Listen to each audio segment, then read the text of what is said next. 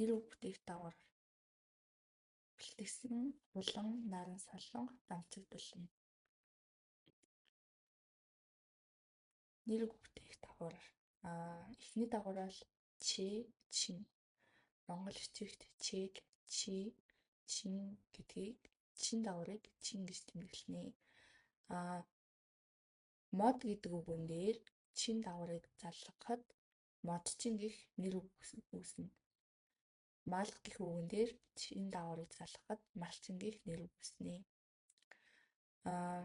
Им гэдэг үгэн дээр чэ дагаврыг залгахад эмч гэдэг нэр үг үүсгэнэ. За дараагийн дагавар бол эвч. Монгол бичигт бэ чи гэж тэмдэглэнэ.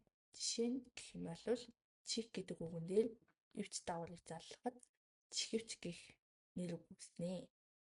Дараагийн жишээ нь урав гэх үгэн дээр эвч дагаврыг залгахад уравч гэх нэр үг үүсэж байна.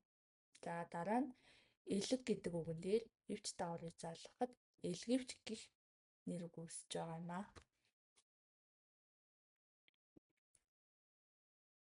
За дараагийн дагавар бол тангийн хоёр зэрэг.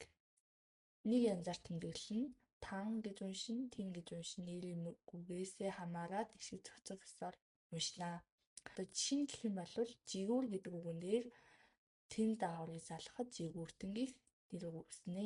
Дараагийн жишээ нь эрдэм гэх үгэн дээр тэн гэх дагаврыг залгахад эрдэмтэн гэх нэр үг үүснэ. Дараагийн жишээ нь туурай гэх үгэн дээр тан дагаврыг залгахад туурайтан гэх үг үүснэ. За нэр үг бүтээх дараагийн дагавар бол ил дагавар.